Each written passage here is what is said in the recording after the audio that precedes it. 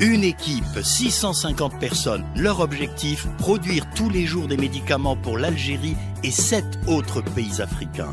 Leur nom, le laboratoire pharmaceutique Mérinal. Plus d'informations sur www.mérinal.com. Pour Mérinal, votre confiance n'a pas de prix.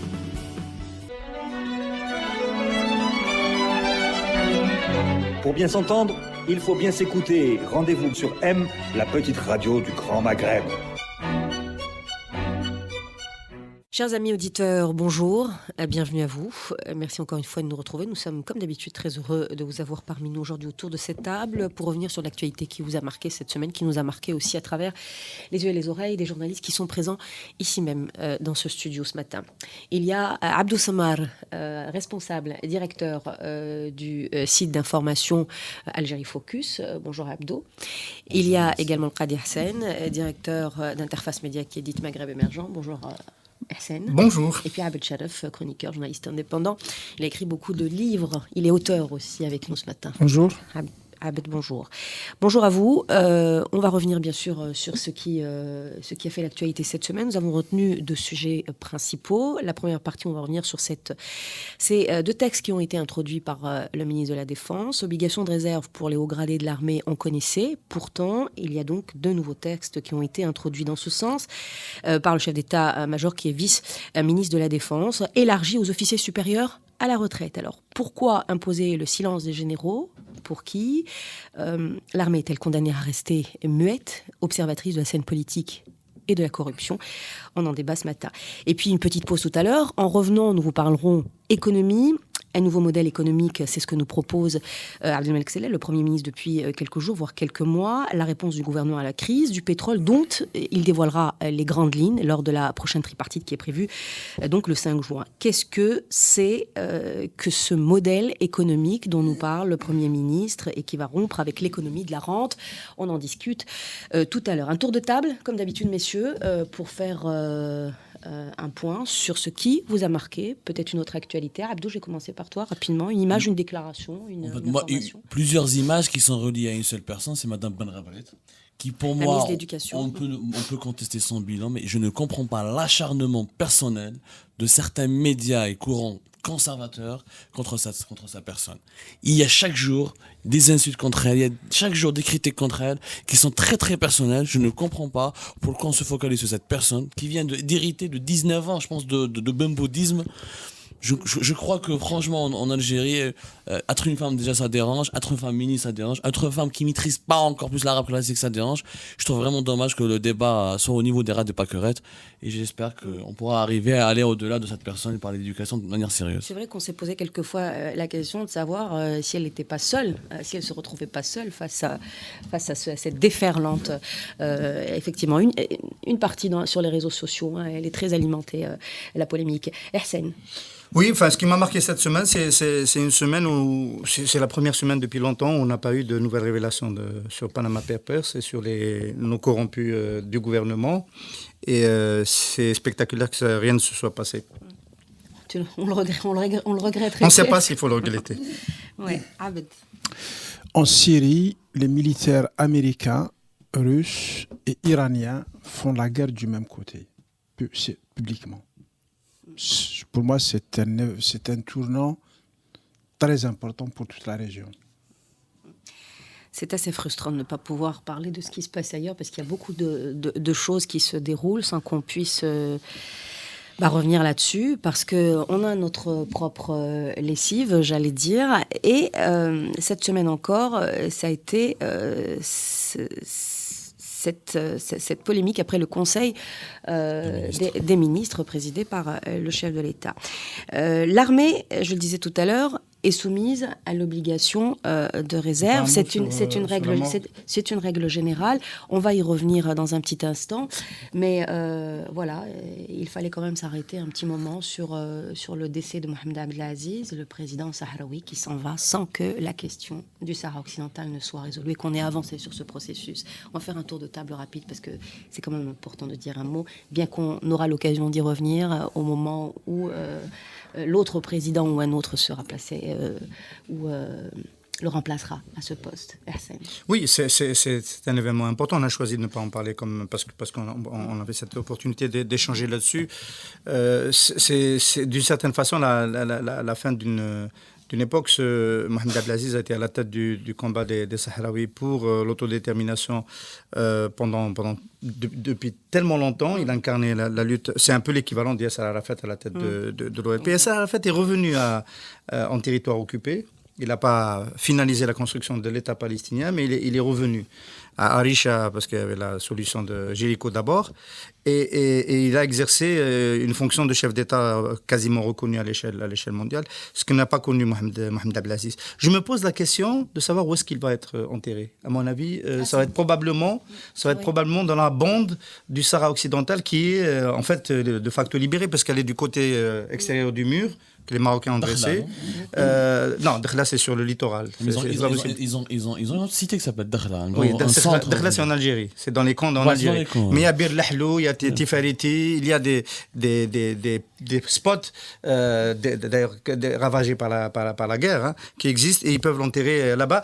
Je suis curieux de savoir comment ça va être. L'autre question, évidemment, c'est est-ce que le Polisario va aller sur la même ligne politique de l'autodétermination, ou est-ce qu'il va y avoir une autre feuille de route politique? C'est la grande question. Je pense qu'on va l'aborder dans les prochaines semaines. Oui, certainement. Est-ce que la question va encore être traitée de manière politique, ou est-ce qu'elle risque d'aller plus vers l'utilisation de la force pour un règlement de la question? Qu'est-ce que tu en penses, Abed? Qu'est-ce que t'inspire le départ de...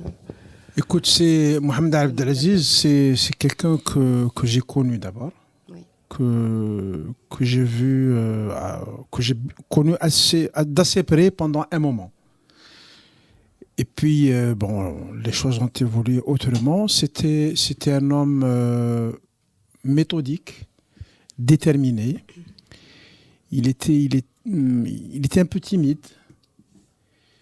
Mais ce qui frappait chez lui, c'est la fermeté, la détermination. C'est un homme... on peut même parfois dire qu'il est froid. C'est-à-dire qu'il ne se laisse pas aller dans l'émotion. Il calcule, il pèse ses mots. Jamais un mot de travers, jamais une position de travers, jamais... C'est quelqu'un qui était tellement dans l'habit de ce qu'il était que c'était impressionnant. Et puis, c'est quelqu'un qui était extrêmement modeste. Il était attachant de ce côté-là, il était très attachant. Maintenant, le côté politique, on pourra en parler plus tard. Oui. Abdo. Moi, j'appartiens malheureusement à une génération qui ne s'est pas appropriée de la question sahraoui. Nous, on est la majorité. Pourquoi malheureusement? Malheureusement, parce que nous, en tout cas, quand on discute du Sahara occidental dans les jeunes qui ont mon âge, très peu savent où est-ce que ça existe. Très peu connaissent son histoire. Nous avons été otages d'une guerre médiatique entre la presse interposée algérienne et marocaine. Et comme nous avions une méfiance systématique vis-à-vis de toutes les chapelles politiques, on ne pouvait croire ni le Jeune Indépendant d'Expression, ni le Matin du Sahara. Donc ce conflit nous a échappé complètement à notre grille de lecture. Je pense qu'il est temps qu'on fasse de la pédagogie sur ce conflit, pour l'enseigner d'abord, et peut-être qu'il faut qu'il y ait une autre vision.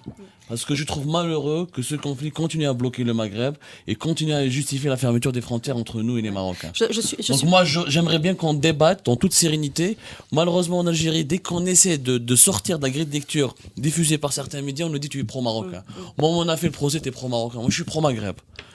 Tu n'es pas le seul à qui on a fait procès. Voilà, donc si une autonomie élargie à la Catalane, ça peut arranger les Sahraouis, pourquoi pas? Il faut en débattre, il faut en parler avec les Sahraouis. Que moi je rencontre très peu souvent. Ce que tu dis, Abdou, c'est vrai que ce matin, moi je l'ai confirmé, je suis passée par l'ambassade du Sahara occidental, il n'y avait personne. C'était vide, pas une personne, pas une mobilisation, et hier non plus, à l'annonce du décès. J'y suis allé à 21h le premier jour en arrivant, et j'ai vu l'ambassadeur et j'ai présenté les condoléances. Mais j'ai vu des gens, modestement, c'était étonnant, des inconnus qui étaient là. Il y avait des Beaucoup non, mais il y avait des gens et c'était étonnant. On avait l'impression que c'était le jour des pauvres quand même.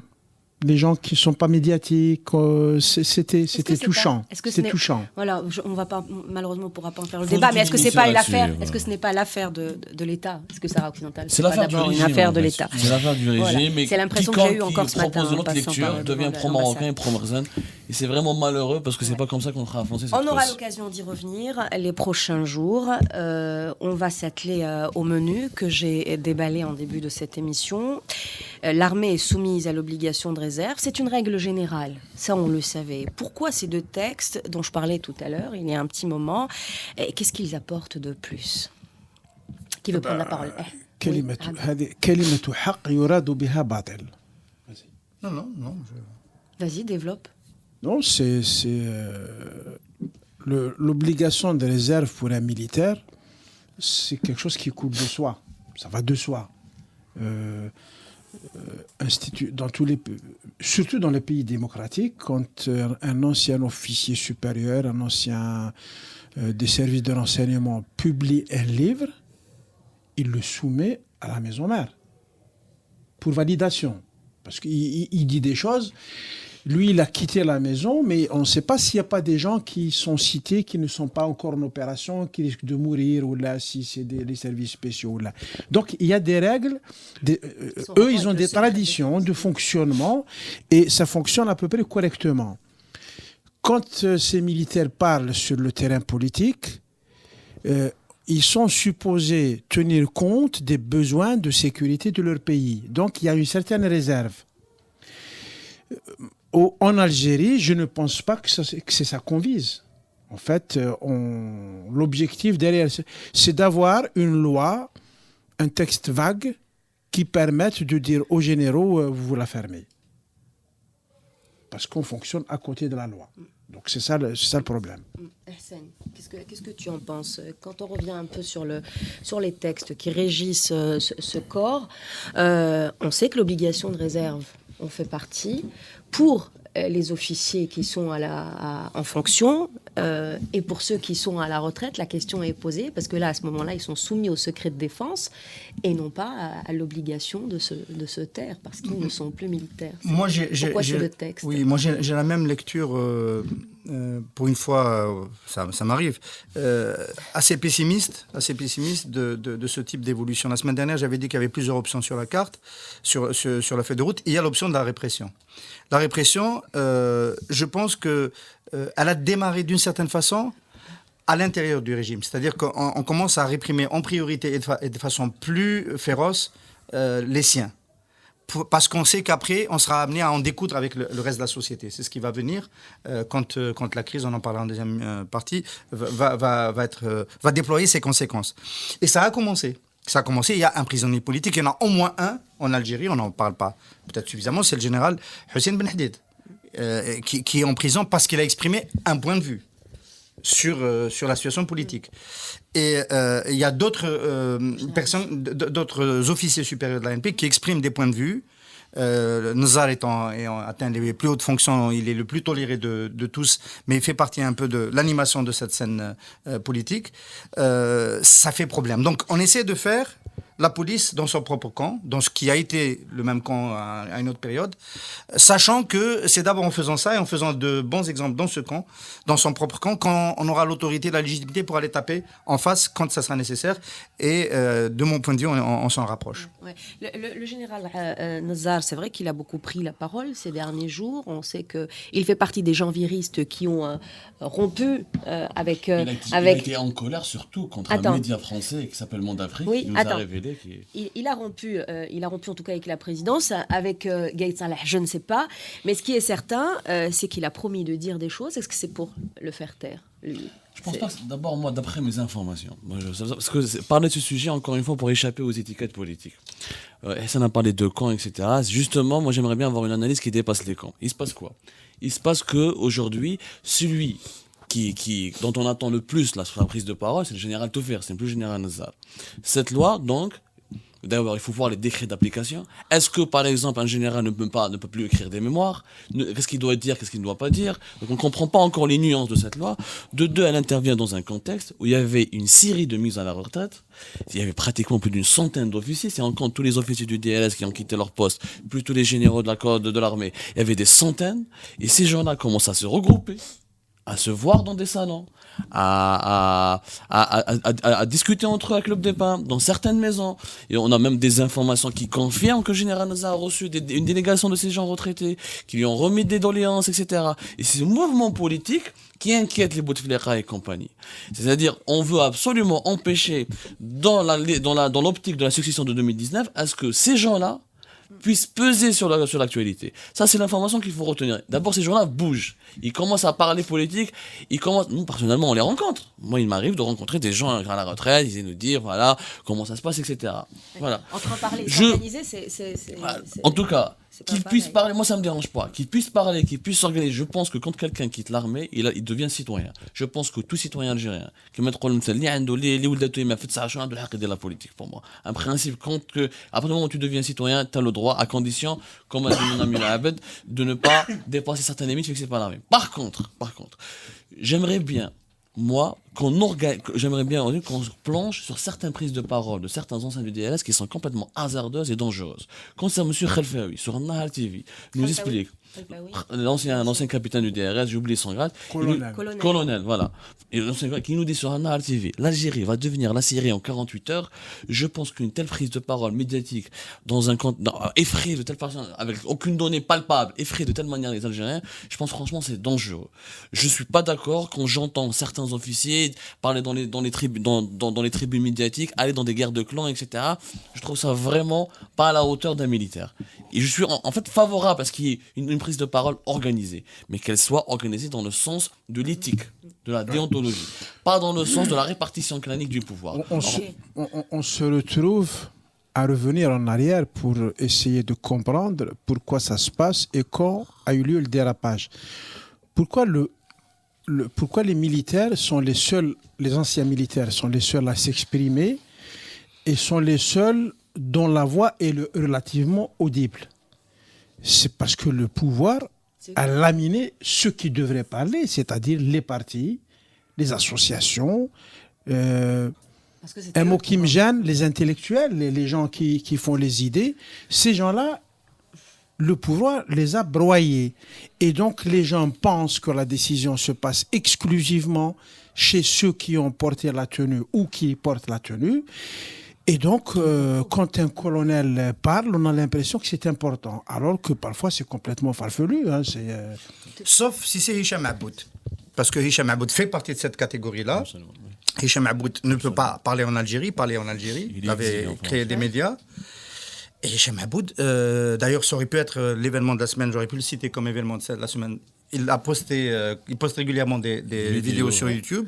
La dernière vidéo, il interpelle Saïd Bouteflika. Il nous explique pourquoi Saïd Bouteflika est à la tête de tout ce qui se passe en ce moment. Il explique. Il lui reproche d'avoir choisi la télévision de Nahar comme porte-parole et son directeur comme lui, il utilise le terme de larbin. Il explique pourquoi, de son point de vue, c'est un larbin. Il lui reproche le manque d'opportunité, d'intelligence dans ce choix.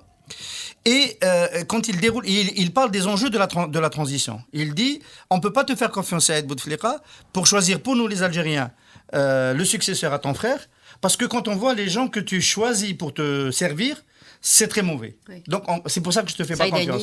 Voilà.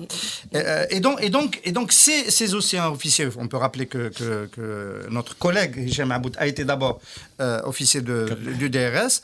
Voilà, le type de parole qui est extrêmement gênant. Et je pense que ça fait partie aussi de la réflexion. Il faut bloquer ces gens-là. Il n'y a pas que le général Gaël Saleh qui est gêné par les sorties des anciens officiers. Et il y a aussi le camp présidentiel stricto sensu qui n'aime pas ce que disent certains anciens officiers. Ouais. On a juste une remarque. Il y a aussi des anciens officiers qui font partie de ce camp présidentiel. Il y a beaucoup d'anciens officiers qui donnent des lectures dans les médias qui sont favorables au Bouteflika. Donc il faut arrêter cette dichotomie. Tous les anciens officiers ne sont pas par définition des anti-Bouteflika.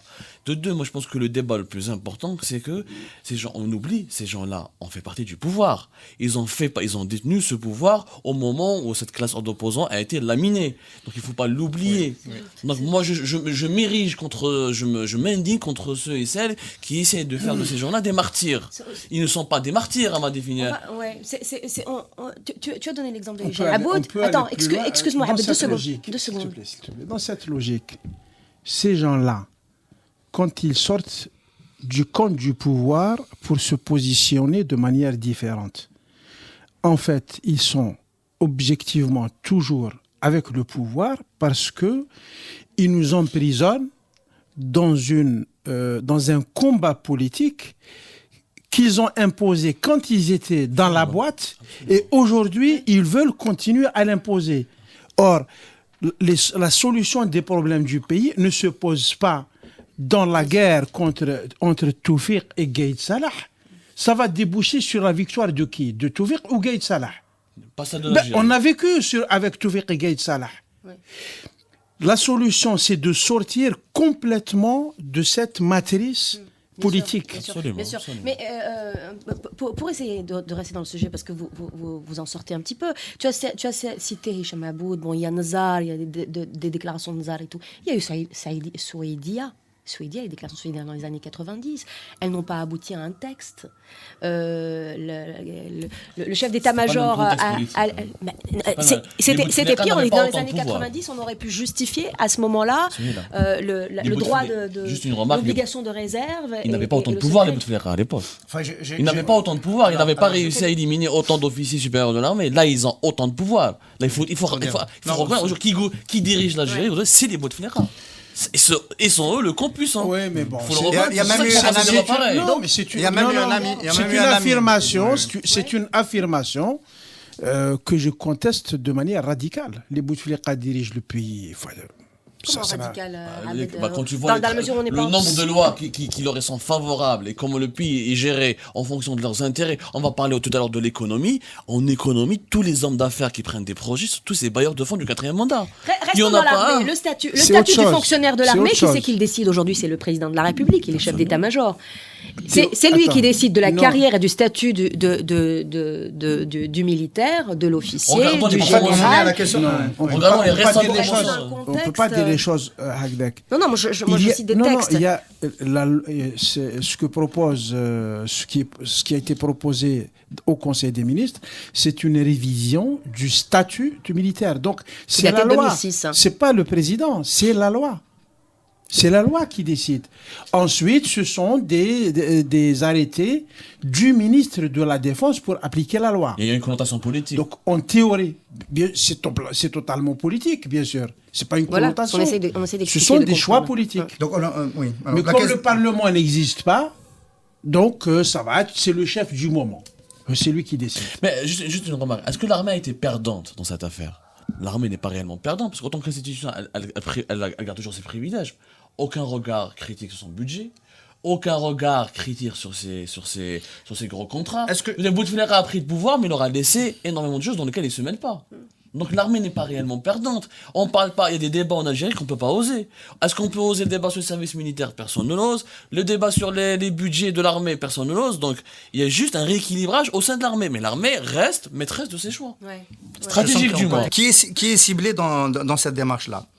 Moi, je n'ai pas envie d'agrandir la capacité de nuisance de l'armée qui se réunit, les anciens de l'armée qui se réunissent, oui, ils peuvent jouer, ils peuvent peser, etc. Mais j'ai personnellement vécu l'expérience du général Hussein Ben Hadid, c'est Radio M qui l'a interviewé, il est toujours en prison, et on lui a encore refusé la liberté provisoire, on lui a rajouté pour la 5e fois un mandat de dépôt de 4 mois. Il n'y a pas eu beaucoup de mobilisation autour de lui. Il faut dire la vérité. Les anciens n'ont pas... Il y a une pétition qui a circulé, la famille l'a portée, la famille de Hussein Ben Hadid. Elle a été voir l'association des anciens, des militaires à la retraite. Et ils ont tous dit oui et non en même temps, et finalement, il ne s'est rien passé. Elle a été signée par le public, l'opinion l'a portée, il y a eu plusieurs milliers de signatures, mais les compagnons d'armes de Hussein Ben Hadid sont restés dans la réserve. Ils sont restés, alors que nous sommes dans un cas dans un cas humanitaire, où il réclamait pas sa libération, il réclamait qu'il soit jugé, c'est tout, qu'il soit jugé comme les autres justiciables. Donc, moi, je vais pas trop grossir cette. Par contre, la prise de parole par certaines têtes qui peuvent aller loin, qui peuvent. Oui, là, il y a un véritable enjeu. On peut se poser la question qui est ciblé en priorité. Voilà, c'est maintenant. Est-ce que ces gens-là vont se laisser faire? Je rappelle au passage, et ça m'a été rappelé d'ailleurs par quelqu'un de l'armée, sur cette question-là, que la nouvelle constitution permet de saisir le Conseil constitutionnel quand une loi est anticonstitutionnelle. Et il se dit déjà que cette loi est anticonstitutionnelle, justement du point de vue de la légalité devant le droit. Les militaires redeviennent des citoyens, et donc ils pourraient interpeller le Conseil constitutionnel. C'est une question intéressante, ça. C'est bien que tu le relèves, cette histoire de liberté d'expression. On a vu des témoignages, on peut l'attester par des faits réels. On a vu l'importance des témoignages, non seulement l'utilité des interventions des anciens militaires, des déclarations, des témoignages, combien ils ont été non seulement utiles, mais nécessaires à l'intérieur de l'armée dans d'autres pays, y compris dans l'Algérie. On a vu en Irak les histoires de harcèlement, les violations des droits, notamment en Palestine et ailleurs, au Sahara occidental. On a vu d'anciens militaires prendre la parole, et c'est très utile. Aujourd'hui, on s'interroge sur la liberté et le droit à la liberté d'expression de ces anciens généraux qui redeviennent civils. Je me suis perdu dans ce long tunnel. Mais reste sur ce que tu voulais développer. C'est l'armée face à cette loi. Est-ce qu'elle gagne, est-ce qu'elle perd? C'est une question centrale. Mais il faudrait qu'on revienne aux normes. Donc, comment une armée peut gagner quand il y a application d'une loi? Une armée peut gagner quand elle est dans une logique d'État, quand elle fonctionne dans le cadre d'un État de droit, quand les droits des militaires sont protégés et préservés, et quand l'exercice de ces droits ne porte pas atteinte aux intérêts de cette armée, aux intérêts du pays. Est-ce que ça sera le cas avec cette loi? Non, avec ce qui va se passer en Algérie. C'est un procès d'intention, oui, c'est un procès d'intention parce que c'est ce que fait le pouvoir depuis 25 ans. Malheureusement, à chaque fois, on lui fait un procès d'intention et il le justifie. Ce qui va se passer, c'est que le prochain général à la retraite qui va critiquer le président ou la Gaïd Salah, il va être mis en tôle. Et le prochain général qui va soutenir Gaïd Salah, il va recevoir une prime. Voilà. Si Gaïd Salah reste encore au pouvoir. Le Gaïd Salah, c'est pas important, le nom, c'est pas la personne, c'est le Gaïd Salah du moment. J'espère que c'est pas ça, mais c'est un débat qui est aussi présent en ce moment. Tu peux espérer, comme tu as espéré que le 4e mandat n'aura pas lieu, comme. Oui, j'ai besoin de continuer à y croire. Autrement, je vais devenir aigri et habite comme toi. Je ne sais pas si vous êtes au courant, mais cette discussion se tient en ce moment même en France, parce que c'est un sénateur français qui a introduit un texte qui a soulevé l'ire sur les réseaux sociaux de responsables politiques à la retraite. Excellent exemple. Oui, excellent et exemple. qui se pose une question qui est vraiment, qui nous sied tellement. Est-ce que les officiers de conviction sont dangereux? Et lui dit non, et il explique et il détaille pourquoi. C'est un sénateur qui a introduit ce texte, et ça a provoqué effectivement oui, effectivement, c'est excellent parce que en principe, un général, c'est qui? C'est quelqu'un dont la connaissance du maniement des armes, dont la technicité sur le plan militaire fait de lui un haut responsable dans un pays qui se prépare à aller en guerre ou qui doit se préparer à aller à la guerre. Donc il a cette technicité. Comme c'est un métier qui est particulièrement important, ces gens ont des réseaux, des structures de fonctionnement où ils peuvent exposer leurs idées. Il y a tous les états-majors, tous les commandements, toutes les réunions, tous les séminaires qu'ils font qui permettent de parler, mais sur un plan strictement militaire. Les débats que nous avons, auxquels on peut accéder sur les armées américaines, françaises, italiennes, etc., c'est comment... En général, c'est la prospective. C'est comment sera l'armée dans 10, dans 15 ans et comment elle doit s'équiper. Et parfois, ces débats... Quand ils n'arrivent pas à trancher, ces débats débordent vers l'extérieur. Et les politiques les prennent en charge. Mais ils ont de vraies institutions pour fonctionner. Ce qu'il faudrait pour les militaires algériens, c'est d'avoir ça. Je pense que ça fonctionne encore un petit peu, j'espère. Mais que ça ne déborde pas, que ça n'impose pas des choix politiques pour le pays. C'est ça qui pose problème. Peut-être cette loi par ses bienfaits, peut-être qu'elle aura un seul bienfait, elle nous permettra de revenir sur les questions logistiques de l'armée algérienne qui échappent à l'opinion publique. Moi, par exemple, aujourd'hui, en tant que j'ai un membre de mon équipe, Marwan Boudieb, il a passé 3 semaines à l'école de transmission d'ETL dans le cadre de son service militaire et il a observé des choses. Non, mais on a pris des photos, on va les publier. Il a observé des choses ahurissantes. En 2016, des soldats n'ont pas d'eau pour se doucher, ils n'ont pas de cuillère pour manger, des conditions de vie complètement déplorables. Alors, à quoi ça sert de mettre ce service militaire sur lequel on dépense beaucoup d'argent pour au bout de 4 semaines, on fait souffrir des gens, on leur dit allez, on n'a même pas de lit où vous allez dormir. Donc il y a des questions logistiques sur lesquelles on aimerait bien en débattre. La dernière fois, on a eu un officier supérieur à forte conviction, c'était en décembre 1991, c'était notamment le général Khaled Nazar, qui pensait que de respecter le premier tour du vote était une catastrophe politique et qu'il fallait interrompre le processus, qu'il a imposé aux politiques. Je rappelle qu'à l'époque, tous les responsables politiques importants... Aujourd'hui, qui est la catastrophe? Voilà, tous les responsables politiques qui avaient de l'expérience, Hussein Aït Ahmed, Ahmed Ben Bella, le président Chadli, Hamrouch, Mehri, l'essentiel de la classe politique, et considérait que ce n'était pas le moment d'entrer en conflit avec le fils. Considérait que ce n'était pas le moment. Qu'il allait avoir un conflit probablement, mais que ce n'était pas le moment. Et c'est quand même le point de vue militaire qui s'est imposé. Le général Blahidid l'a rappelé ailleurs d'ailleurs. Il a dit, on nous a réunis, il l'a pas dit sur l'antenne de Radio 1, il l'a dit ailleurs, on nous a réunis pour avoir un point de vue, mais on n'a jamais dit qu'il fallait interrompre le processus.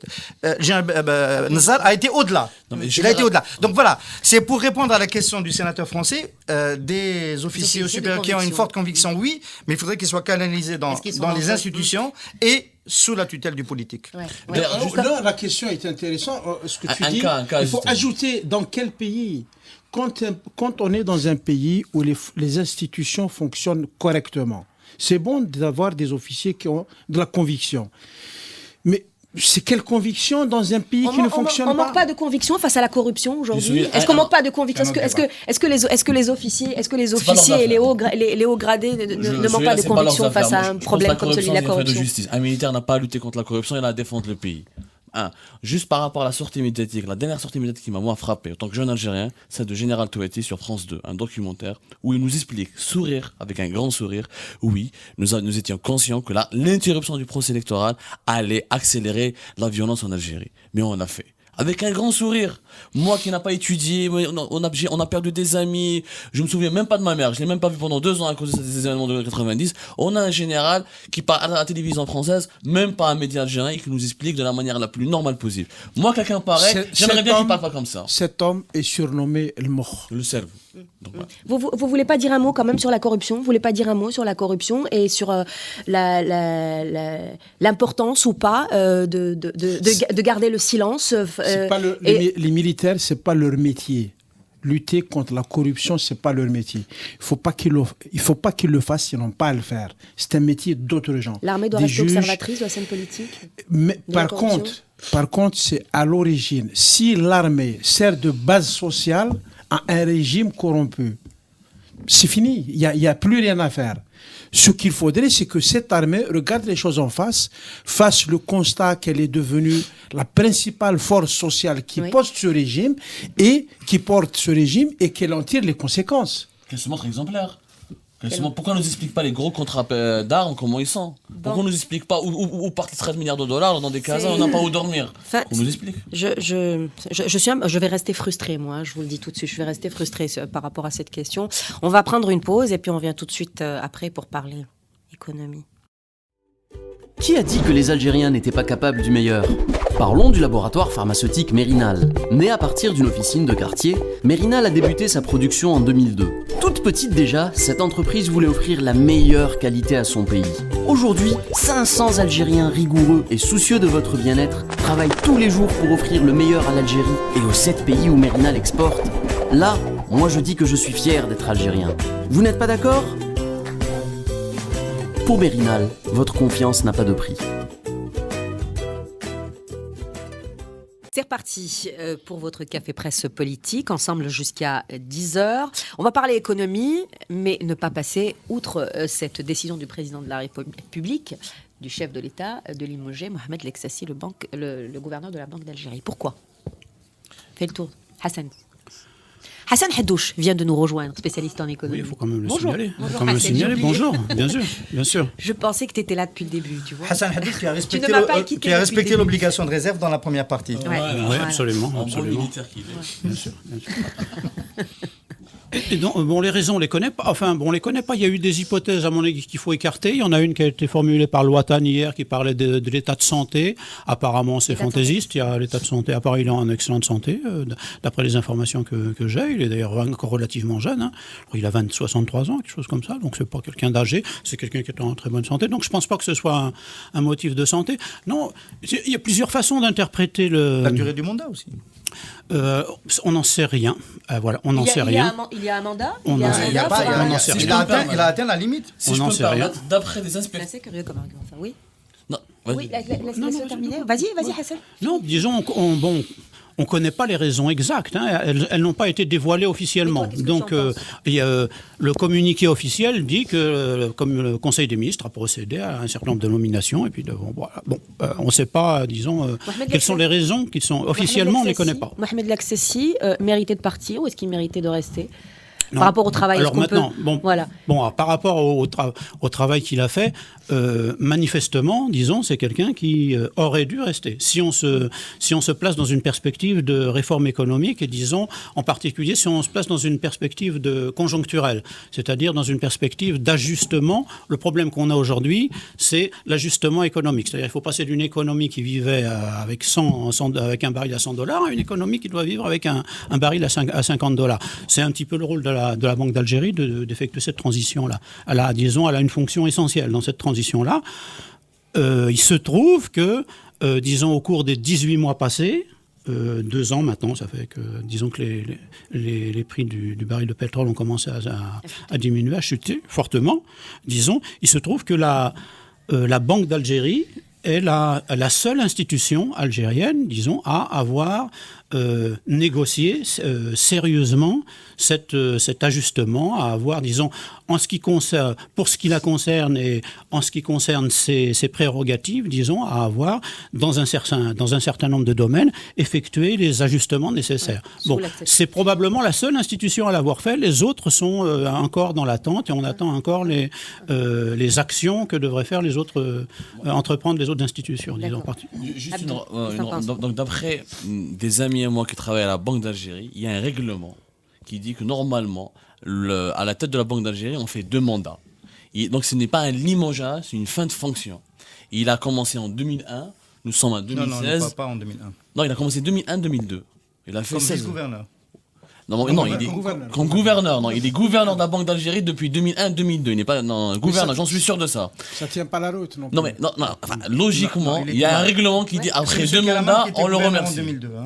Jusqu'à 2002, c'était monsieur. Non, 2002, lui, il a pris. Ouais, 2002, il a pris. C'est lui qui a pris le relais. De 2002, il a fait 2 mandats, il a été remercié. Maintenant, si on relie ça à un contexte politique, je vais peut-être un peu vous décevoir, mais même la Banque d'Algérie n'échappe pas à la guerre des clans, puisque M. Laksassi a comme vice-gouverneur un certain M. Ali Touati. Non, mais on aime les guerres non, des mais clans. Au CPP, on adore. Hein. Non, mais c'est une réalité. L'un des vice-gouverneurs de la Banque d'Algérie s'appelle M. Ali Touati, donc qui est l'un des cousins du général Touati, et dans un discours politique, un meeting, M. Saïdani a dit clairement que la Banque d'Algérie est encore gérée par des proches des généraux, et ça a trahi, etc. Il visait clairement ses vice-gouverneurs. Il y a un plan, d'après mes informations, pour changer un certain nombre de vice-gouverneurs, parce que ces vice-gouverneurs on les accuse d'être un peu proches des lobbies, des intérêts des anciens militaires. Mais Laksassi, Laksassi, franchement, ne fait pas partie. Je pense vraiment que c'est une fin de fonction. Je pense que même d'après mes informations, c'est lui qui a demandé à partir. Mais je ne crois pas à la thèse du limogeage, pas du tout. Voilà, franchement, je ne crois pas du tout à la thèse du limogeage. Qu'est-ce que tu en penses, Abed? Écoute, la première remarque, c'est que Ammar Saadani commence à nous dire dans quel sens souffle le vent. Il nous a annoncé le limogeage de Laksassi. Oui. Il a eu lieu. Il a dit il est responsable de tout. Donc Saadani vise juste. 2, l'histoire des mandats, le mandat s'est achevé depuis très longtemps. ça s'est passé un petit peu comme pour le Conseil constitutionnel. M. Boualem Saïh avait terminé son mandat, il avait largement dépassé. Puis un jour, on a décidé que... Donc, ce n'est pas lié au mandat, parce que si c'est lié au mandat, le mandat se termine à telle date, il faut qu'il parte à 16h et il ramasse ses affaires. Donc, ce n'est pas le cas. Sur le parcours de M. Laksassi,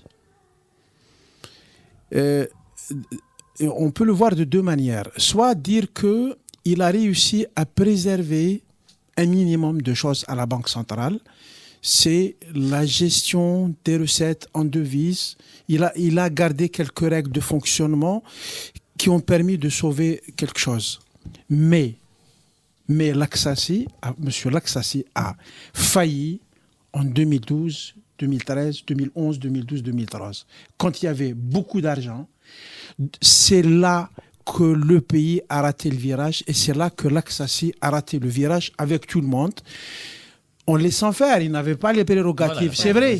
C'est vrai, mais il a des prérogatives précises qu'il n'a pas exercées. Sur le taux de change, il pouvait faire plus, il pouvait aller beaucoup plus loin, il ne l'a pas fait. Aujourd'hui, c'est trop tard. C'est trop tard.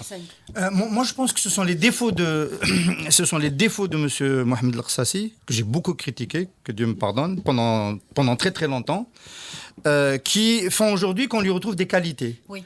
C'est-à-dire, c'est sa tendance un peu, sa bonhomie, sa tendance à être un peu un rond de cuir, qui gère doucement, de manière excessivement prudentielle, et qui va essayer de faire les choses un peu à la manière... bon, je ne vais pas faire de parler avec le sécuritaire, mais qui va essayer de ménager un peu tout le monde. Pendant longtemps, ça nous a joué de mauvais tour. Il n'a pas modernisé le secteur. C'est le régulateur du secteur financier. Si le secteur financier en Algérie est autant en retard, ce n'est pas la faute uniquement au gouvernement, c'est aussi la faute à la Banque d'Algérie.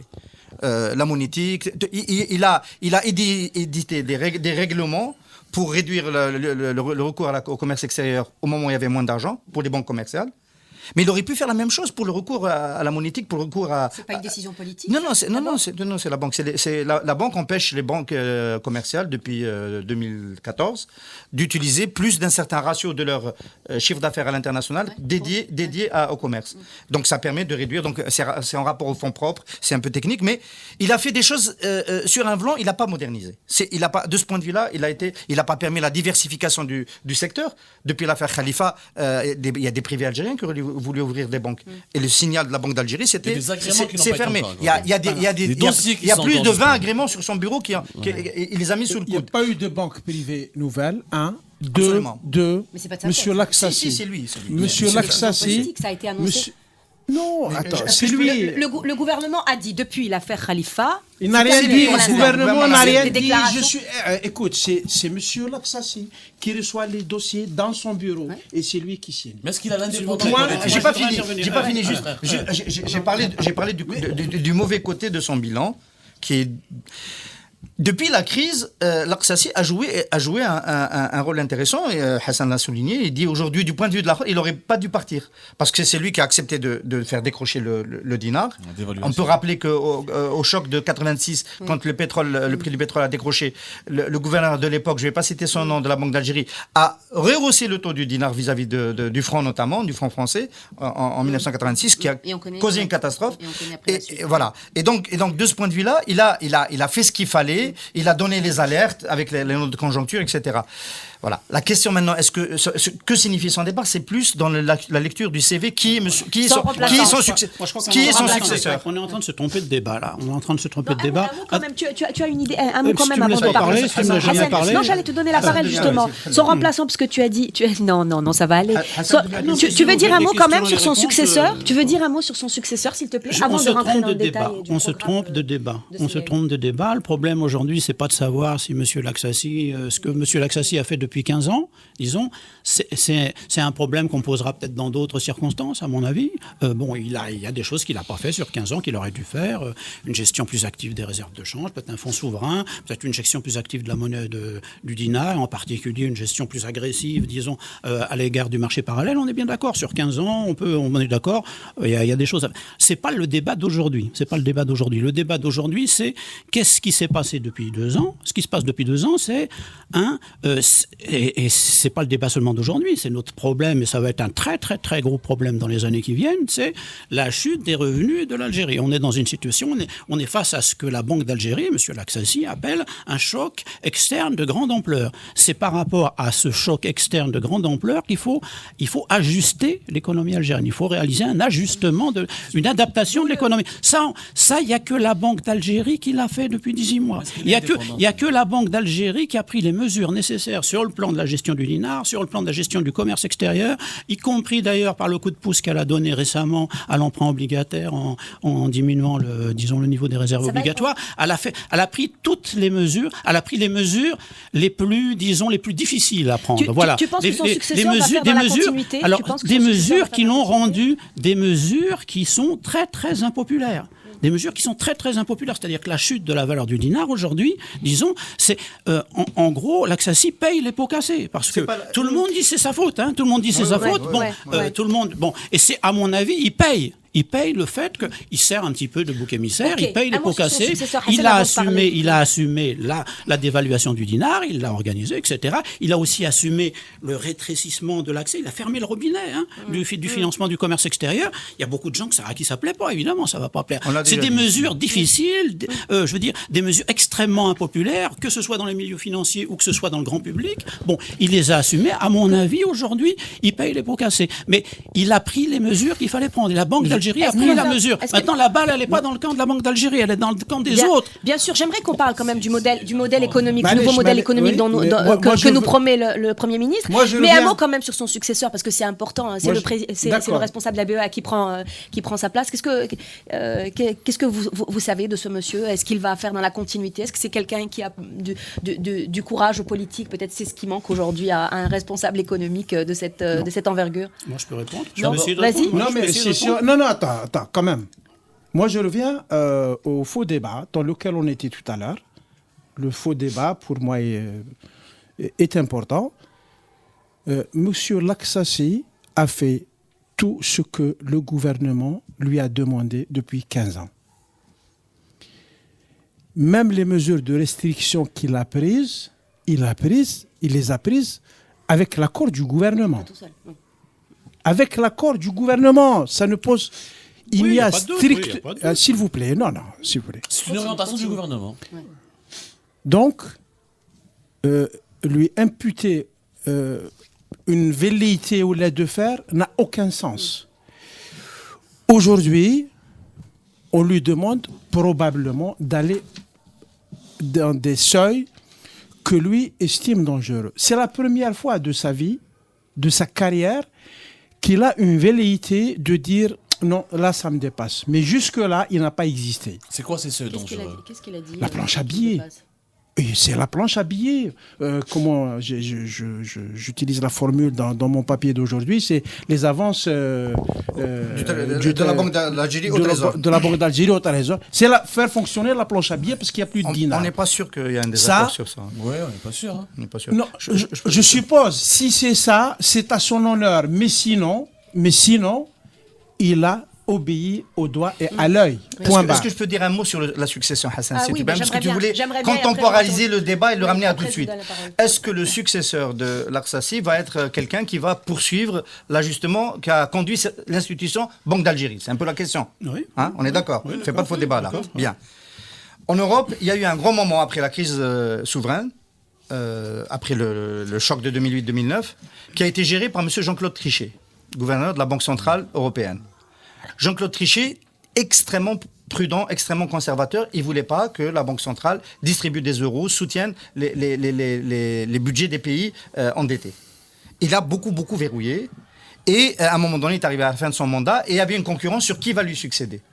On a choisi Mario Draghi, qui est l'actuel gouverneur de la BCE. Tout le monde savait que Mario Draghi, parce qu'il le disait avant, était favorable à une politique plus laxiste, à une politique de soutien à la façon dont ça a été fait par Bernanke aux États-Unis. Tout le monde le savait. Donc les marchés étaient orientés, c'est ouvert, c'est transparent, c'est institutionnalisé. Et on l'a choisi pour ça. En Algérie, on ne sait pas ce que pense M. Loukal. On ne connaît pas son CV. D'ailleurs, nous avons de grosses inquiétudes. On a de grosses inquiétudes sur son CV. On a de grandes inquiétudes sur son CV. Non,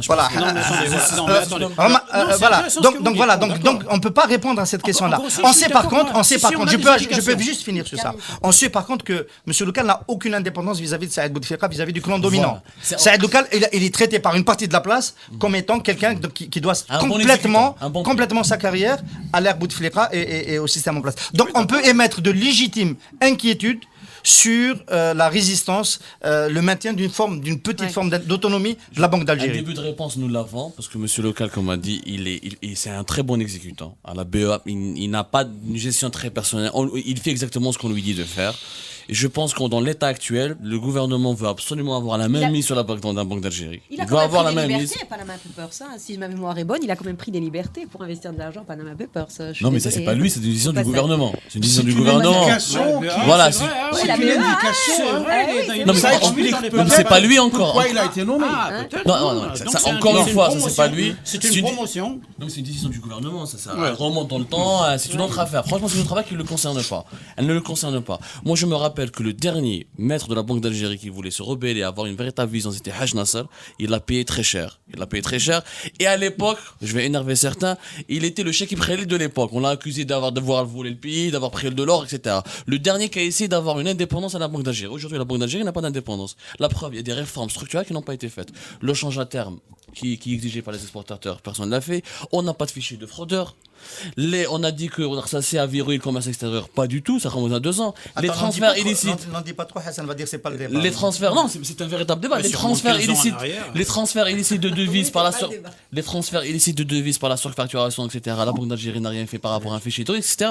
Donc ça a été une catastrophe. Le problème d'aujourd'hui, ce n'est pas uniquement le maire de la Banque d'Algérie, ce sont aussi ses vice-gouverneurs. Parce que les vice-gouverneurs ont un rôle managérial très important. Beaucoup de banquiers que je connais n'ont pas cessé d'interpeller Sellal pour avoir un sang neuf. Aujourd'hui, l'Algérie, clairement, elle a besoin de quelqu'un comme Haj Nasser, quelqu'un qui prend l'initiative. Est-ce que le gouvernement tolère ça? Alors, je crois qu'on a fait le tour de la question. Non, on n'a pas fait le tour de la question. Ah oui, tu veux pas revenir sur le modèle? J'ai un dernier mot tout à l'heure, si possible. Non, mais je veux dire, la question de la succession de l'Aksasi pose des problèmes. Il y a des interrogations sur la succession de l'Aksasi. Je ne suis pas en désaccord fondamental avec vous sur cette question. Je pense que le profil professionnel de Mohamed Loukal pose problème, disons, il pose problème y compris je dis pas, il pose pas problème sur le plan de la moralité ou tout ce que vous voulez, il pose problème sur le plan professionnel, c'est-à-dire que les gens de la Banque centrale considèrent que, et à juste titre à mon avis, que une banque commerciale et la Banque centrale c'est pas le même métier. Il dit c'est pas du tout le même métier. L'Aksasi était un banquier central depuis toujours. Avant d'être gouverneur, il avait été directeur des études. Il a été un des artisans des accords, disons, avec les institutions financières internationales. C'était d'ailleurs leur principal interlocuteur en Algérie dans les années 90 déjà. Donc, je veux dire, c'était un banquier central. Loukal n'est pas un banquier central, c'est quelqu'un qui a dirigé une banque commerciale depuis très très longtemps et qui a fait toute sa carrière dans les banques commerciales publiques. C'est pas le même profil. Ça veut dire effectivement que tout à l'heure, Hersen a parlé de laxisme. On peut se poser la question. Il y a aujourd'hui l'enjeu est de savoir si, disons, la politique économique relativement, disons, rigoureuse qui a été mise en place sur le plan financier et monétaire par l'Aksasi va se poursuivre ou non. Elle va probablement pas se poursuivre pour des raisons évidentes. Disons parce qu'on a consommé les réserves de change et parce qu'on a été relativement loin dans la dévaluation du dinar. Donc voilà, les réserves du FRR. Donc bon, on va, disons les marges de manœuvre dont va disposer Mohamed Loukal à l'avenir, disons, sont moins importantes que celles dont a disposé, disons, l'Aksasi. Il y a un risque important, effectivement, d'emballement. Il y a un risque important de fonctionnement de la planche à billets, etc. C'est vrai, c'est un risque qui est, je veux dire, dans la première étape, on est dans une période aujourd'hui d'endettement, d'emprunt national, etc. La prochaine étape, ce sera peut-être, effectivement, le risque le plus important, ce sera celui de l'endettement de l'État, ce sera celui du fonctionnement, ce sera celui, de la planche à billets, de la création monétaire. Donc c'est un risque important. Peut-être que le personnage de Mohamed Loukal est pour cette politique-là plus adapté que celui de Mohamed l'Aksasi. Je n'ai pas d'informations précises sur les raisons raisons pour lesquelles on a remplacé l'un par l'autre, mais il y a ce risque-là. En tout cas, moi, je voudrais ajouter une chose, c'est que je veux dire ce que me disent moi les banquiers avec lesquels j'ai discuté, c'est que je le résume dans une formule. Ils disent le cadeau, on l'a fait aujourd'hui, on l'a fait plutôt à celui qui est parti plutôt qu'à celui qui arrive. Très bien. On discute de la chose suivante. Est-ce qu'il faut un bon banquier à la tête d'une mauvaise banque ou est-ce qu'il faut un mauvais banquier à la tête d'une mauvaise banque? D'une part. C'est ça le problème. La Banque d'Algérie n'est pas autonome.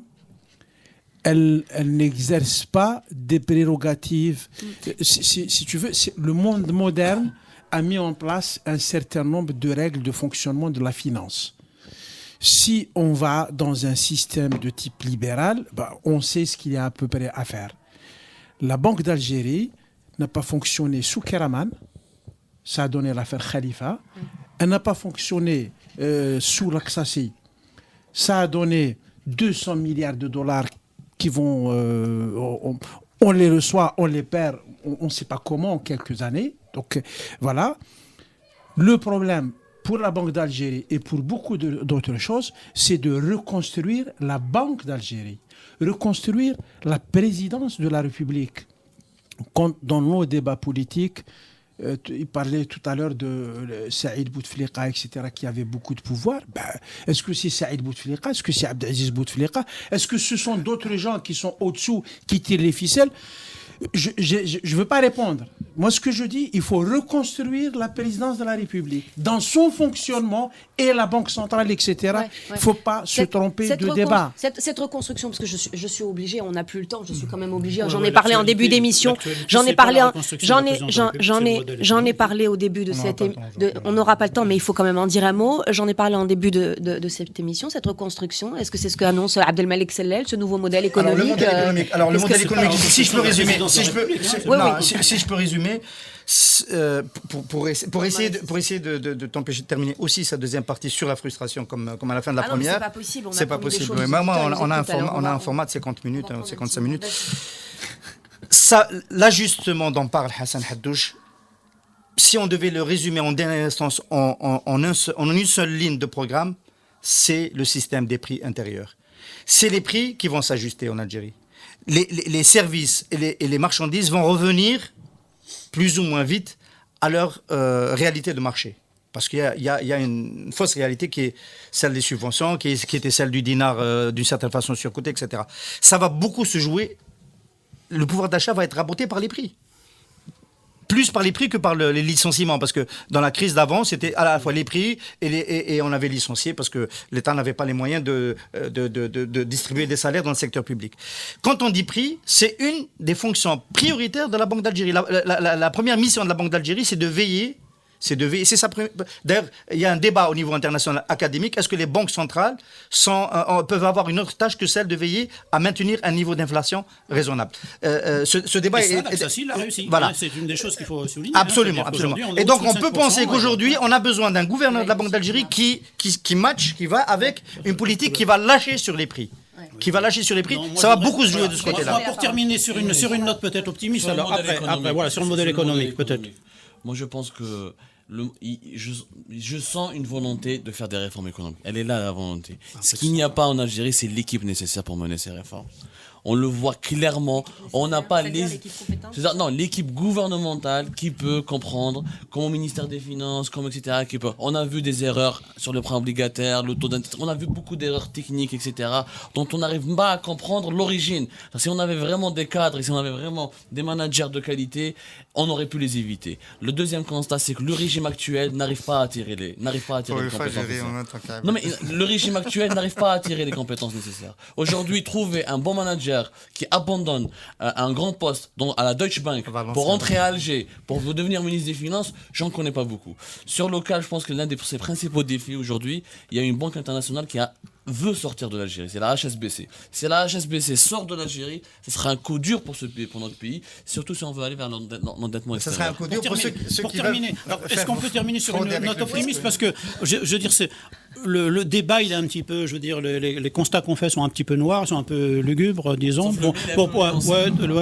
Ouais, mais enfin, c'est un petit peu désespérant. Alors, moi, je pense qu'il y a quand même quelque chose qui se prépare. Il y a une note quand même positive. Il y a quelque chose qui va être annoncé ces jours-ci. C'est donc un nouveau modèle économique. Bon, c'est quelque chose qu'on demandait, qu'on attendait depuis longtemps. C'est quelque chose disons, une trajectoire budgétaire, financière sur plusieurs années, c'est-à-dire qui donne de la visibilité. On me dit qu'il va y avoir des considérations sur, plus que des considérations, même peut-être un programme qui va être annoncé, peut-être un calendrier qui va être annoncé en matière de mise en place d'un nouveau système, disons, de transfert direct à la population sur les subventions, c'est-à-dire sur ce dont parlait tout à l'heure. Oui, non, des chiffres, il y en aura. C'est-à-dire il y aura trajectoire budgétaire chiffrée sur, disons, la façon de résorber les déficits. On est en ce moment avec de gros déficits dans le commerce extérieur, de gros déficits dans les finances publiques, etc. On doit en sortir, on doit rétablir des équilibres budgétaires, etc. et financiers, de la balance des paiements. Là, il y a une trajectoire qui va être annoncée sur 3 ans, 5 ans, etc. Voilà. Bon, et il va y avoir... Alors ça touche les subventions. Disons, il y a un programme éventuellement qui pourrait être annoncé pour la réforme des subventions. Les subventions, c'est un problème énorme. On n'en parle jamais sérieusement ici, mais je veux dire, c'est un problème considérable, disons. C'est un des gros boulets que traîne l'économie algérienne. Il faut faire quelque chose. L'État ne va pas perdre son référent social, rassure-moi. Son référent, peut-être pas, mais il risque de le perdre. Mais il y a un autre gros dossier apparemment dans le nouveau modèle économique, c'est les entreprises publiques. Je dis, il y a 2 gros boulets qui sont traînés par l'économie algérienne, c'est le système de subventions et les entreprises publiques. Donc, et là, sur les entreprises publiques aussi, on me dit qu'on va annoncer des choses importantes. Un partenariat public-privé, je pense. Non, mais on va annoncer surtout une espèce de carte blanche donnée aux gestionnaires des entreprises publiques. Carte blanche, c'est-à-dire, ils font ce qu'ils veulent. C'est plus l'État maintenant qui leur dit, mais le problème c'est qu'ils vont être, responsables. On me dit que la démarche ça va être celle-là, ça va être voilà les orientations. Voilà. En fait, il y a une dernière orientation dans le modèle économique dont je veux parler aussi, c'est celle qui concerne les énergies renouvelables. Disons l'énergie chez nous, le pétrole, les hydrocarbures, c'est encore 40% du PIB. Bon, c'est un gros morceau. Et dans ce domaine-là, il y a des choses qui vont être annoncées relativement importantes, apparemment, disons, des orientations importantes qui vont être annoncées en ce qui concerne les énergies renouvelables, les économies d'énergie. Okay. Bon, voilà en gros les axes principaux du nouveau modèle économique. Je pense que c'est des choses qui vont être discutées très souvent. Est-ce que tout ça fait un nouveau modèle économique? On verra bien le 5 juin. On termine sur vous. Non, moi je constate que on continue à vendre des illusions et que les gens ont plaisir à y croire. M. Bouteflika est président depuis 17 ans. S'il avait des velléités de réforme, on l'aurait su la 2e année, la 3e année, 4e, 2e mandat, à la limite. M. Sellel est au gouvernement. Vous savez depuis quand, M. Sellel? 2012. Chef de gouvernement. Mais depuis, M. Sellel, il a occupé d'autres fonctions. Il est au gouvernement depuis... longtemps. Combien? 3 siècles. Oui. Enfin voilà, il a fait des choses. Entre-temps, on s'est rendu compte que entre-temps, il a perdu de sa moralité parce qu'il est cité dans Panama Papers. Donc voilà, sa fille, ça devient pas. Il est cité dans Panama Papers. C'est sa fille. C'est inintéressant. C'est inintéressant. Ce volet est complètement inintéressant. Mais on est obligé d'en parler dans le CPP. Bon ben voilà, ça passe rapidement, très rapidement. Il nous faudrait plus d'une émission. 2 heures. Pendant Ramadan, on peut nous faire à 2 heures, non? Ah oui, c'est vrai, le prochain rendez-vous, c'est mercredi. Prochain rendez-vous, ce sera Ramadan, effectivement. Et nous ferons cette émission le soir. On fera la fête le soir. Je suis soumise au diktat de la majorité. À jeudi prochain. Mercredi soir. Ouais. Mercredi soir. N'oubliez pas. Sur Radio M. À très vite. Saharam